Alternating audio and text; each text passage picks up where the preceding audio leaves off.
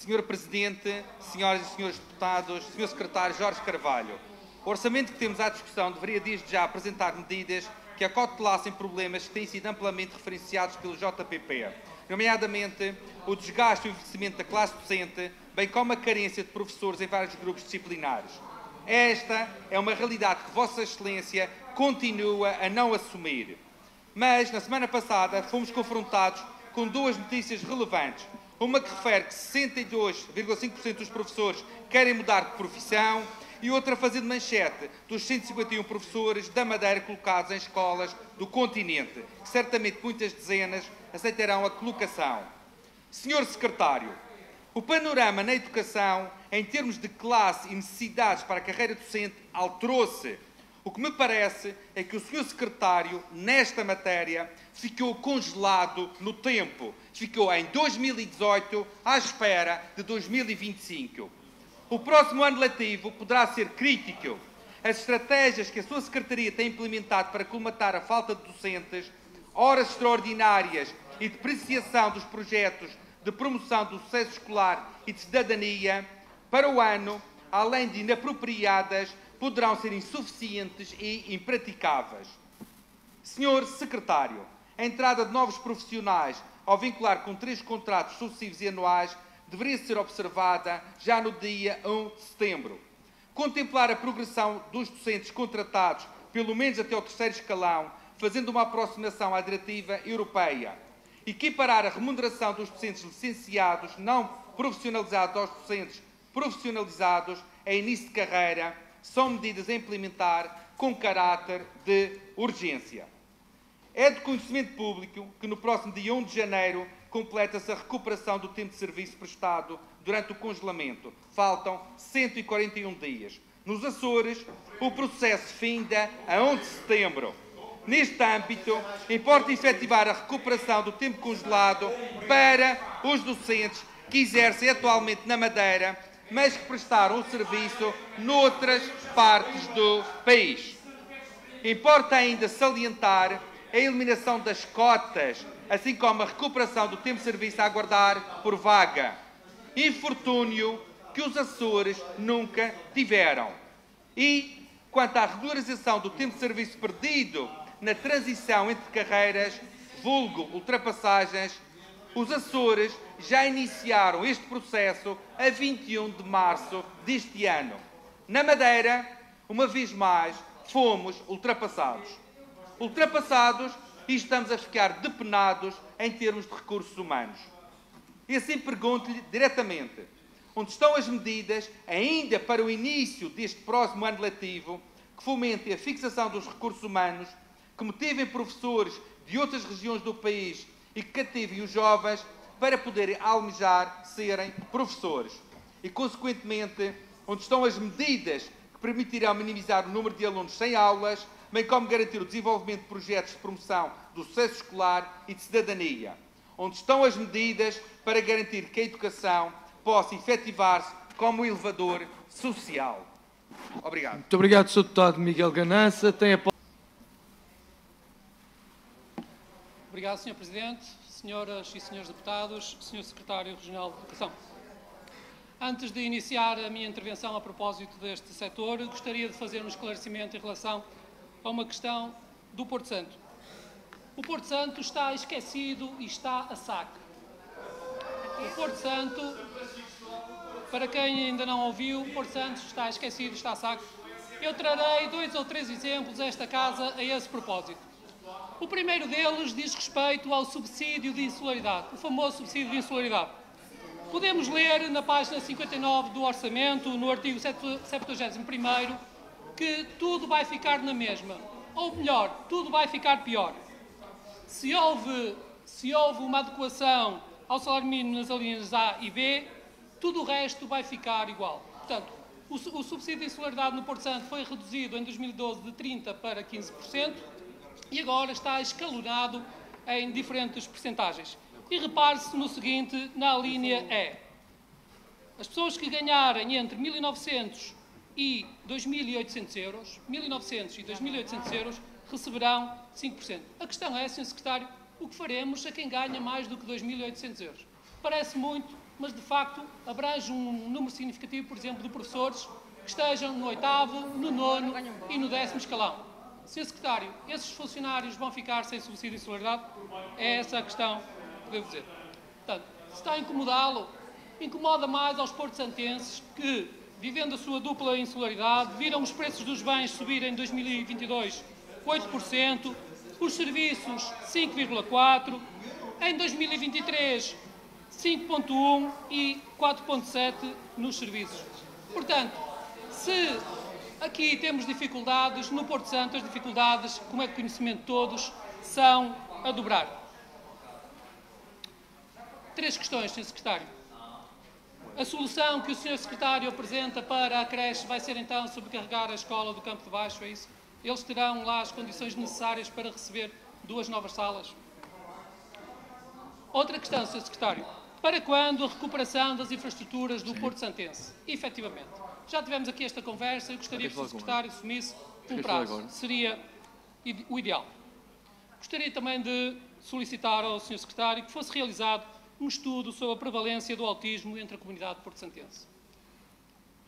Existe a percepção de que o autismo tem vindo a subir exponencialmente no Porto Santo. Não existem dados, creio. Portanto, é necessário, para dar resposta a esse problema que afeta muitas famílias, que seja estudada essa prevalência de forma a serem encontradas respostas efetivas para essa questão. Obrigado, Sr. Secretário. Muito obrigado, Sr. Deputado Carlos Silva. Sr. Presidente da Primeira Comissão, Sr. Secretário Regional, aproveitando aqui a deixa colocada pela Sra. Deputada Cláudia Gomes, relativamente aos apoios financeiros, verificamos que se mantém mais de 3 milhões de euros de apoio à atividade desportiva, que se mantém mais de 3 milhões de euros de apoio às deslocações aéreas e marítimas inerentes à participação de equipas em campeonatos regionais, nacionais e internacionais, mantém-se o apoio à competição desportiva nacional em diversas modalidades desportivas, na ordem dos 2 milhões de euros, todos estes apoios efetivamente necessários e que se compreende atendendo à sensibilidade dos secretários de Educação que têm passado pelo Governo, vários da área do desporto. Contudo, gostaríamos de saber em que rubrica se enquadram os apoios a deslocações nas modalidades individuais, que não sejam coletivos. Por outro lado, também gostaríamos de clarificar o porquê de ter sido revogado o Decreto Legislativo Regional 11 de 2004, que atribuía apoios financeiros a jovens participantes nos concursos nacionais e internacionais de formação profissional. Qual foi a solução alternativa que o Governo pensa apresentar a estes jovens, dos 16 aos 21 anos, que, trabalhando, ficam sem remuneração durante o período de preparação e participação nos concursos? Porque aqui entendemos que também a formação profissional é relevante, paralelamente ao apoio ao desporto. Depois gostaríamos também de dizer que nada temos contra a implementação do digital nas nossas aulas, desde que tenham idade e maturidade para isso, que é o que acontece a partir do 2º ciclo do ensino básico. Contudo, sentimos que há necessidade de se fazer um estudo sobre o impacto dos tablets no cotidiano escolar, ou seja, nas aulas, nos momentos de estudo em casa, acompanhados dos pais e, acima de tudo, no aproveitamento escolar, principalmente daqueles que não têm tanta experiência na sua manipulação destes equipamentos, ao contrário daqueles que nasceram com o dedo a correr no ecrã. Sem esquecer que o aumento de retenções, embora sem relação direta, obviamente, possa ser um dos sinais de alerta para uma análise mais séria desta medida através de um estudo isento. Poderá o Sr. Secretário dizer que já há um projeto de investigação sobre o uso dos tablets pelos jovens da região, porém, apenas analisa diferenças de saúde musculoesqueléticas e acuidade visual entre alunos com tablets, manuais digitais e aqueles que têm manuais físicos ao longo de 3 anos, incluindo fatores como peso do uso dos dispositivos. Este estudo, obviamente, é bem-vindo, até porque foi o JPP que trouxe a esta casa e havia aprovado um projeto de resolução relativamente ao peso das mochilas escolares. Contudo, atualmente, urge a realização de um estudo do foro pedagógico que justifique a manutenção do projeto e respectivo investimento, enquanto comprovado no sucesso educativo dos nossos alunos. Muito obrigado, Sra. Deputada Patrícia Spínola. Muito obrigado, Sr. Presidente, Srs. e Srs. Deputados, Sr. Secretário. Vossa Excelência disse há pouco, relativamente à vinculação após os 3 contratos consecutivos, já deu aqui 2 respostas distintas. Numa primeira vez, falava na questão de havia professores que estavam em mobilidade e que eventualmente poderiam regressar, e essa seria uma razão para não fazer a vinculação após 3 anos. Falou agora, recentemente, na resposta ao Sr. Deputado do Chega, a dizer algo diferente, que provavelmente no próximo ano podia ser algo a pensar e que este ano não existem professores com os requisitos necessários para vincular após 3 anos. Ou seja, a minha pergunta primeira é esta. Neste momento, o Sr. Secretário garante que não existem docentes com requisitos para vincular após 3 anos consecutivos? É isso que o Sr. Secretário acabou por dizer há pouco? Portanto, uma primeira questão. Isto porquê? Porque o Sr. Secretário já não é a primeira vez que o Sr. Secretário utiliza o argumento de que existem docentes em mobilidade e que eventualmente podem regressar e por isso não vão vincular.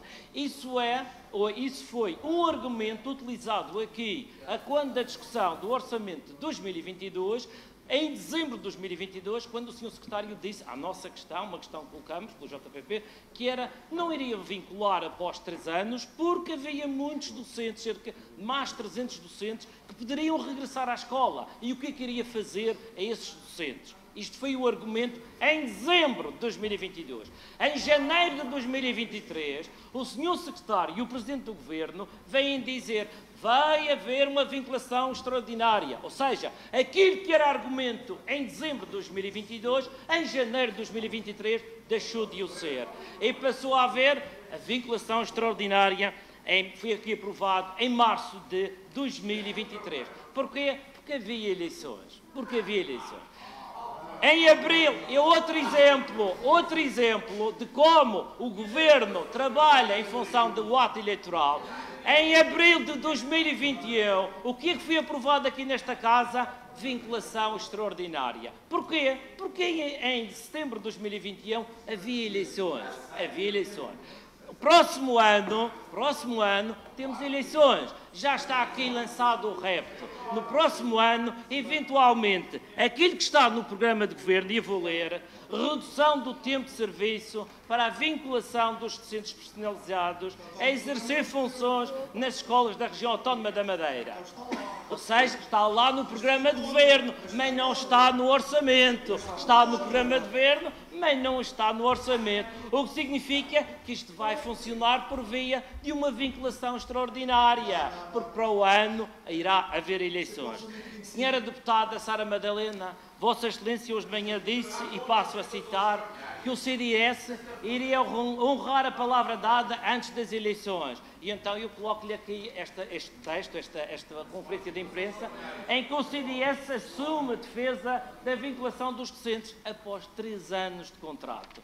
Já vimos que o PSD não está para aí virado, ou seja, Sra. Deputada, honrar a palavra dada antes das eleições, parece-me que não vai acontecer. Também, não se preocupe, Sra. Deputada, agradeço que conclua. Já termino, à parte, não é a primeira vez, porque o Sr. Deputado Lopes da Fonseca, aqui, em 2019, também disse que iria trazer para a Madeira um ferry, nem custasse 20 milhões de euros. Isto em 2019. Estamos em 2024, nem o CDS, nem o PSD, nem ninguém trouxe o ferry para a Madeira. Muito obrigado. Muito obrigado, Sr. Deputado. Muito obrigado, Sr. Presidente, Srs. Deputados, Sr. Secretário.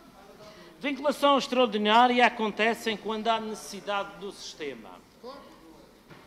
Dezembro de 2022 não era possível, não havia necessidade do sistema. Dezembro de 2022, a quando da discussão do orçamento. Janeiro de 2023, passado menos de um mês, já havia necessidade no sistema. O que será que está acontecido? Que obra de Comunidade de Jesus trouxe cá à Terra para que mudasse as necessidades do sistema de dezembro a janeiro? Sr. Secretário, isso não é um argumento válido. Mas, relativamente à vinculação extraordinária, Sr. Secretário, nós não estamos contra. Nós não estamos contra o facto dos professores poderem vincular após 3 anos, porque no programa de governo não está lá isso, não fala na redução para 3 anos. Sr. Secretário, seja sério quando trata os assuntos. O que diz lá é a redução do tempo para vincular, mas não refere que é para os 3 anos. Portanto, por aí já está a ver que nós não votamos contra a vinculação após os 3 anos. Isso é falso. Mas, Sr. Secretário, outra questão que eu gostava de colocar é, Sr. Secretário, neste momento estão a ser enviadas para as escolas circulares por causa da formação e constituição de turmas.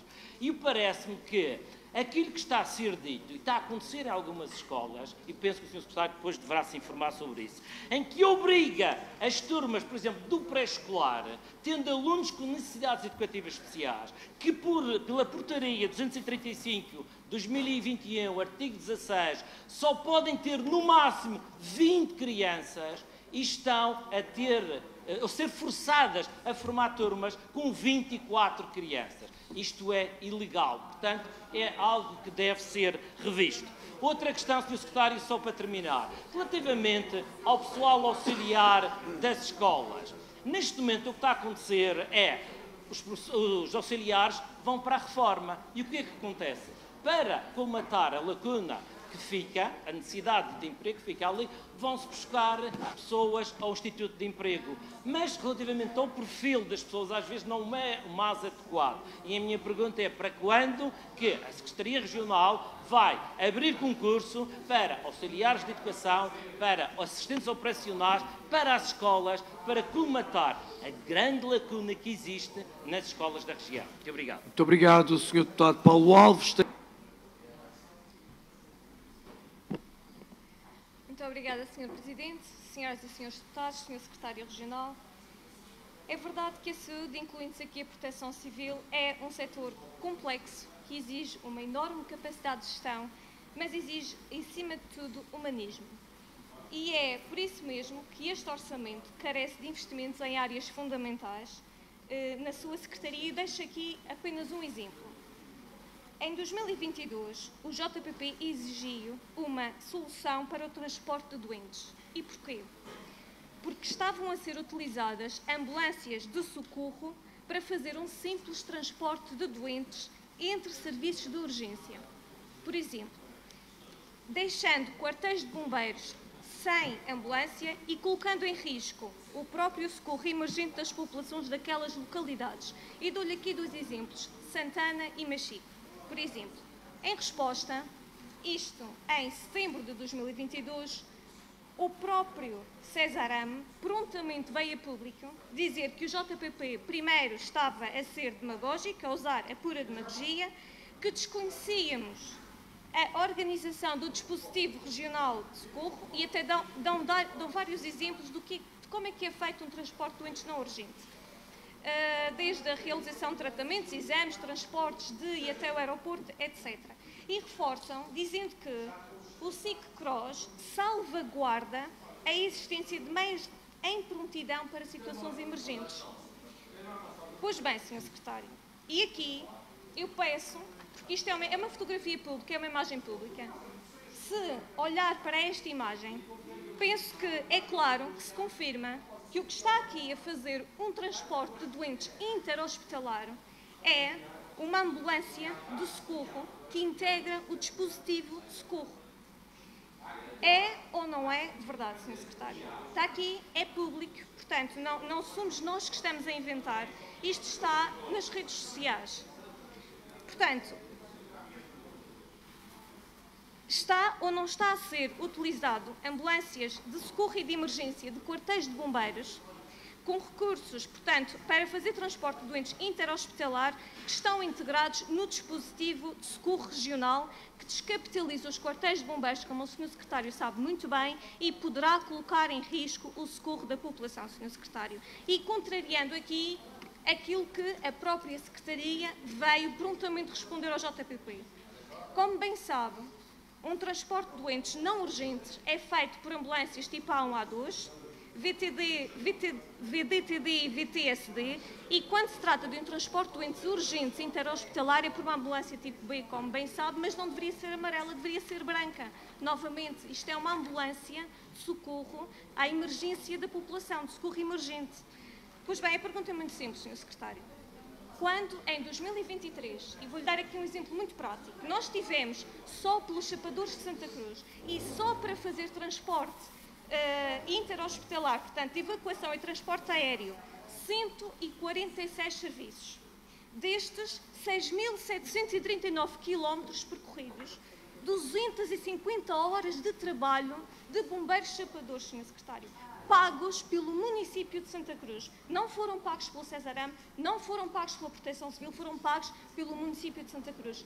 Parece, e a questão é esta, que o concurso que está a decorrer para o transporte de doentes não urgente, que exige 5 ambulâncias tipo A1 e 2 VDTD são suficientes, Sr. Secretário? Um concurso agora de junho de 2024. Temos orçamento, aqui neste orçamento para 2024, há verba para aquisição, para apetrechar um dispositivo de viaturas suficiente para fazer o transporte de doentes não urgentes, Sr. Secretário? Ou continuará a Proteção Civil Regional, contrariamente ao que afirmam, a comprometer o socorro da população usando aqui o dinheiro das autarquias locais para fazer um trabalho que é da competência do Cesarame, Sr. Secretário? Muito obrigada. Muito obrigado, Sra. Deputada Lina Pereira. Obrigado, Sr. Presidente. Estava mesmo a precisar de me levantar para ativar a circulação. Sr. Presidente, Srs. Deputados, Sras. Deputadas, Sr. Secretário, há bocadinho utilizei a expressão que o Porto Santo está esquecido e está a saque. Vou reiterar essa declaração com outros exemplos. Não vou falar do caso de um paciente no Porto Santo que viu o seu tratamento oncológico adiado por falta de medicação. Não vou falar isso. Vou falar antes do caso das viaturas dos bombeiros. Este orçamento propõe a aquisição de uma viatura para os bombeiros. Mas qual não é o nosso espanto quando verificamos que, a 11 de julho de 2024, mais de metade do efetivo estava inoperacional? Sr. Secretário, já está resolvida a questão? É essa uma das questões que deixo em aberto. Outra questão que gostaria de colocar ao Sr. Secretário tem a ver com as atualizações das deslocações entre o Porto Santo e a Madeira. Portanto, os preços das estadias de alimentação aumentaram exponencialmente, portanto, é necessário atualizar e, quanto antes, essas verbas utilizadas, não só do Porto Santo para a Madeira, como também da Madeira para o continente. Quando é que teremos essa atualização? Obrigado.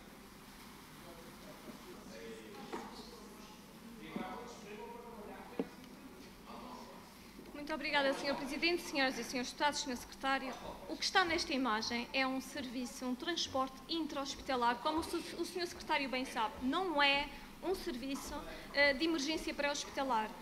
Que a EMIR possa acompanhar, a equipa médica possa acompanhar o doente e substituir a equipa que vem na aeronave, isso é uma situação e é válida e é correta. Agora, que este transporte seja feito utilizando uma ambulância de socorro e de emergência tripulada por bombeiros, colocando em risco o dispositivo de socorro regional, isso não pode acontecer. Isto não é uma brincadeira e o Sr. Secretário Regional sabe muito bem disso. A questão aqui, pode haver colaboração, pode, desde que o dispositivo não fique desguarnecido. Aqui a questão era clara e o Sr. Secretário não respondeu, fugia à questão. Existe ou não existe investimento para além do concurso que está lançado no valor de 300 mil euros até ao fim deste ano para 7 ambulâncias de transporte de doentes no fundo para a região? Existe mais algum investimento que venha a apetrechar o dispositivo de viaturas do Cesarame para o transporte de doentes para que o dispositivo regional não fique em risco, Sr. Secretário? Muito obrigada.